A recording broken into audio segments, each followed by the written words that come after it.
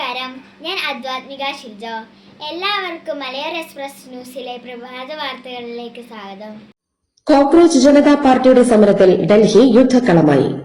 ലാത്തിചാർജ് ചെയ്തും കണ്ണീർ വാതകം പ്രയോഗിച്ചും കൂട്ടറസ്റ്റ് നടത്തിയും പോലീസ്.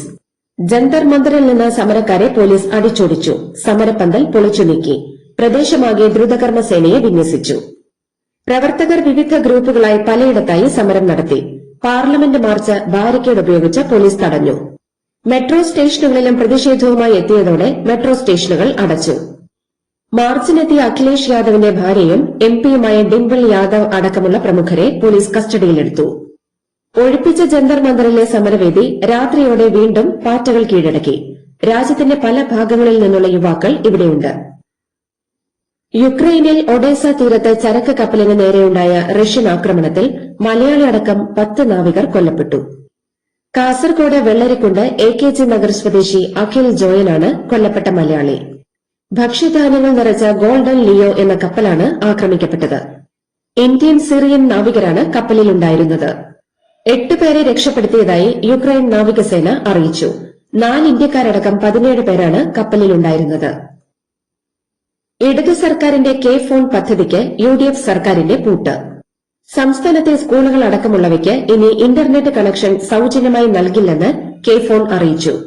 സ്കൂളുകളടക്കം 30,897 സർക്കാർ ഓഫീസുകളിൽ സൌജന്യ കണക്ഷൻ നൽകിയിരുന്നു. വൈദ്യുതി പ്രതിസന്ധിക്ക് കാരണം ഇടതു സർക്കാരെന്ന് വൈദ്യുതി മന്ത്രി സണ്ണി ജോസഫ്. LDF സർക്കാർ യഥാസമയം വൈദ്യുതി വാങ്ങാനുള്ള കരാറുണ്ടാക്കിയില്ല. LDF സർക്കാർ കടം വാങ്ങിയ വൈദ്യുതി മടക്കി കൊടുക്കേണ്ട ബാധ്യത UDF സർക്കാരിന്റെ തലയിലായി. വൈദ്യുതി നിയന്ത്രണം ഏർപ്പെടുത്തിയത് അതുകൊണ്ടാണ്. മുൻ മന്ത്രി MM മണിയുമായി താരതമ്യം ചെയ്തുള്ള സാമൂഹ്യ മാധ്യമ ചർച്ചകളെക്കുറിച്ചുള്ള ചോദ്യത്തിന് അദ്ദേഹം തന്നേക്കാൾ എത്രയോ ഉന്നതനാണെന്നും എന്നാൽ ശിഷ്യപ്പെടാനില്ലെന്നും സണ്ണി ജോസഫ് പറഞ്ഞു. മുഖ്യമന്ത്രി VD സതീശനുമായി കൂടിക്കാഴ്ച നടത്തി KSU president Aloysius Xavier. Leader നിയമനവുമായി ബന്ധപ്പെട്ട എല്ലാ പരാതികളും ആശങ്കകളും മുഖ്യമന്ത്രി അറിയിച്ചെന്ന് അലോഷ്യസ് സേവ്യർ പറഞ്ഞു. തങ്ങളുടെ സർക്കാരാണെന്നും തങ്ങളുടെ മുഖ്യമന്ത്രിയാണെന്നും പറഞ്ഞ അദ്ദേഹം മുഖ്യമന്ത്രിയുമായി നടത്തിയ കൂടിക്കാഴ്ചയിൽ തൃപ്തനാണെന്നും അറിയിച്ചു. ആലപ്പുഴയിൽ നവകേരള യാത്രയ്ക്കിടെ മുൻ മുഖ്യമന്ത്രിയുടെ ഗൺമാൻമാർ യൂത്ത് കോൺഗ്രസ് പ്രവർത്തകരെ മർദ്ദിച്ച കേസിൽ പ്രതികൾക്ക് മുൻകൂർ ജാമ്യം അനുവദിച്ച ആലപ്പുഴ സെഷൻസ് കോടതിക്കെതിരെ സർക്കാർ ഹൈക്കോടതിയിൽ.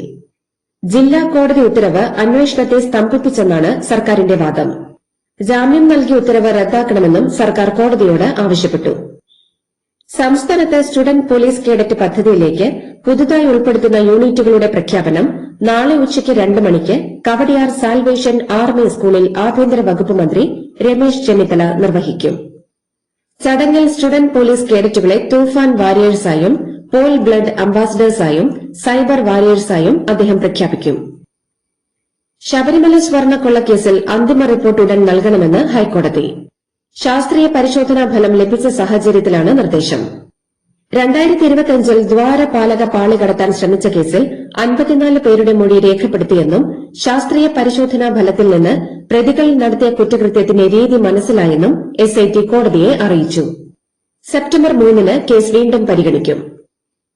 നടപടിക്രമങ്ങൾ പാലിക്കാതെയാണ് അറസ്റ്റെന്ന് ചൂണ്ടിക്കാട്ടി തലശ്ശേരി കോടതി കണ്ണൂർ ദന്തൽ കോളേജ് വിദ്യാർത്ഥി നിതിൻ രാജിന്റെ മരണവുമായി ബന്ധപ്പെട്ട് പിടിയിലായ ഡോക്ടർ റാമിനെ വിട്ടയച്ചു.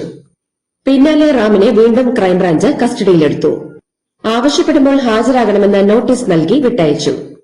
മാർക്ക് കുറഞ്ഞ കുട്ടികളെ ശാസിച്ചിട്ടുണ്ടെന്നും ആരെയും ജാതീയമായി അധിക്ഷേപിച്ചിട്ടില്ലെന്നും റാം അന്വേഷണ സംഘത്തോട് പറഞ്ഞു. ഡോക്ടർ റാമിന്റെ അറസ്റ്റ് വൈകിയതിൽ ഹൈക്കോടതി അതൃപ്തി പ്രകടിപ്പിച്ചിരുന്നു.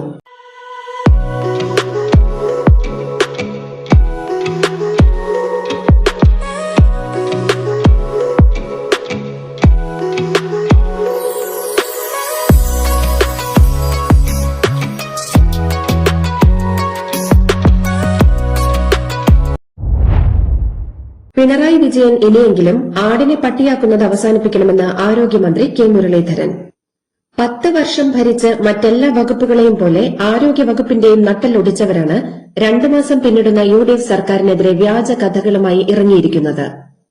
ഭക്ഷണം കൊടുക്കാനെന്ന പേരിൽ സേവാഭാരതി കയ്യേറിയ സർക്കാർ കെട്ടിടം ഒഴിപ്പിച്ച് LDF സർക്കാർ ക്രിട്ടിക്കൽ കെയർ ബ്ലോക്ക് നിർമ്മിക്കാതിരുന്നത് BJPയെ ഭയന്നാണോ? കെട്ടിടങ്ങൾ കയ്യേറാൻ വേറെയും സംഘടനകൾക്ക് ഒത്താശ ചെയ്യാമോ എന്നും മുരളീധരൻ ചോദിച്ചു. വഖഫ് ബോർഡിനെതിരെ വന്ന 4 ഹർജികളും ഒരേയിടത്ത് നിന്നാണെന്നും നടന്നത് കള്ളക്കളിയാണെന്നും Waqf board chairman KS Hamza. UDF നിയമിച്ച ബോർഡ് LDF കാലത്തും തുടർന്നു. UDF അധികാരത്തിൽ വന്നപ്പോൾ LDF നിയമിച്ച ബോർഡുണ്ടായിരുന്നു. വ്യവസ്ഥാപിതമല്ലാത്ത നിയമിച്ച അംഗങ്ങൾ UDF കാലത്തുണ്ടായിരുന്നുവെന്നും അദ്ദേഹം വ്യക്തമാക്കി. തിരുവനന്തപുരം വെമ്പായത്തെ ബാറിൽ മദ്യപ സംഘങ്ങൾ തമ്മിലുണ്ടായ തർക്കത്തിനിടെ പെട്രോൾ ഒഴിച്ച് തീ കൊളുത്തി പൊള്ളലേറ്റ ഒരാൾ മരിച്ചു. നവാസാണ് മരിച്ചത്. പെട്രോൾ വാങ്ങിക്കൊണ്ടുവന്ന് എല്ലാവരുടെ ശരീരത്തിലേക്ക് ഒഴിച്ച തീ കൊളുത്തി വെന്റിലേറ്ററായ അനീഷിന്റെ സ്ഥിതി ഗുരുതരമാണ്. തൃശൂർ പീച്ചിയിൽ ഭൂചലനം. ഭൂമിക്കടിയിൽ നിന്ന് പ്രകമ്പനം കേട്ടതായി നാട്ടുകാർ. പീച്ചി ഡാമിന് സമീപം തെക്കേക്കുളം ജണ്ടമുക്ക് ഭാഗങ്ങളിലാണ് ഭൂചലനം അനുഭവപ്പെട്ടത്. തിരുവനന്തപുരം പാലോട് CHCയിൽ മുറിവേറ്റുവന്ന രോഗിയുടെ മുറിവ് വെച്ചുകെട്ടിയത് മൊബൈൽ ഫോണിലെ വെളിച്ചത്തിലാണെന്ന പരാതി പരിശോധിക്കുമെന്ന് ആരോഗ്യമന്ത്രി K മുരളീധരൻ. ദേശാഭിമാനി വാരാന്ത പതിപ്പിൽ പ്രസിദ്ധീകരിക്കാതെ മാറ്റിവച്ച കള്ളൻ വിജയൻ ലേഖനം സാമൂഹ്യ മാധ്യമങ്ങളിൽ പങ്കുവച്ച മാധ്യമപ്രവർത്തകൻ TC രാജേഷ്.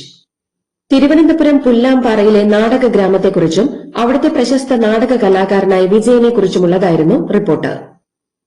സംസ്ഥാനത്തിന്റെ സാമ്പത്തിക സ്ഥിതി സംബന്ധിച്ച തെറ്റായ കണക്കുകൾ അവതരിപ്പിച്ച് ജനങ്ങളെ കബളിപ്പിച്ച മുഖ്യമന്ത്രിയും UDFും മാപ്പ് പറയണമെന്ന മുൻ ധനകാര്യമന്ത്രി KN ബാലഗോപാൽ MLA ആവശ്യപ്പെട്ടു. മെയ് അവസാനത്തോടെയാണ് UDF സർക്കാർ ചുമതല ഏറ്റെടുത്തത്.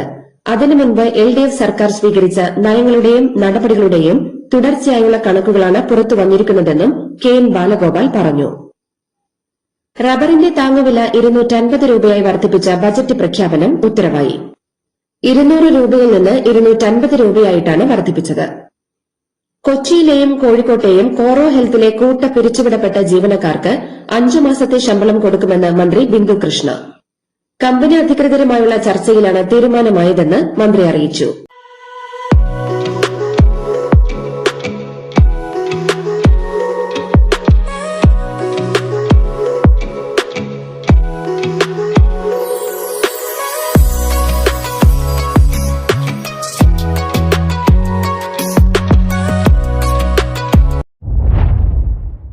രാജ്യത്ത് നീറ്റടക്കം 152 ചോദ്യപേപ്പർ ചോർച്ചകളുണ്ടായിട്ടും കുറ്റക്കാർക്കെതിരെ നടപടിയുണ്ടായില്ലെന്ന് പ്രതിപക്ഷ നേതാവ് രാഹുൽ ഗാന്ധി. കേന്ദ്ര വിദ്യാഭ്യാസ മന്ത്രി ധർമ്മേന്ദ്ര പ്രധാൻ രാജിവെക്കാത്തത് അതുകൊണ്ടാണ്. ചരിത്രത്തിലെ ഏറ്റവും യുവജന വിരോധിയായ പ്രധാനമന്ത്രി നരേന്ദ്രമോദിയാണ്.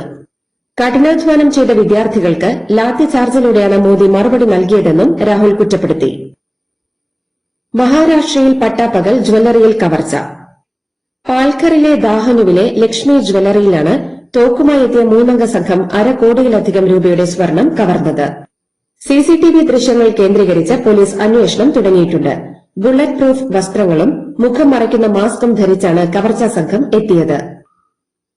പ്രശസ്ത വിനോദസഞ്ചാര കേന്ദ്രമായ ദണ്ഡേലിയിലെ സ്റ്റെർലിംഗ് റിവർ റിസോർട്ടിൽ സിപ്പ് ലൈൻ ലോക്ക് പൊട്ടി 40 അടി താഴ്ചയിലേക്ക് വീണ യുവാവിന് ഗുരുതര പരിക്ക്. സിപ്പ് ലൈനിൽ സഞ്ചരിക്കുന്നതിനിടെ പെട്ടെന്നായിരുന്നു അപകടം.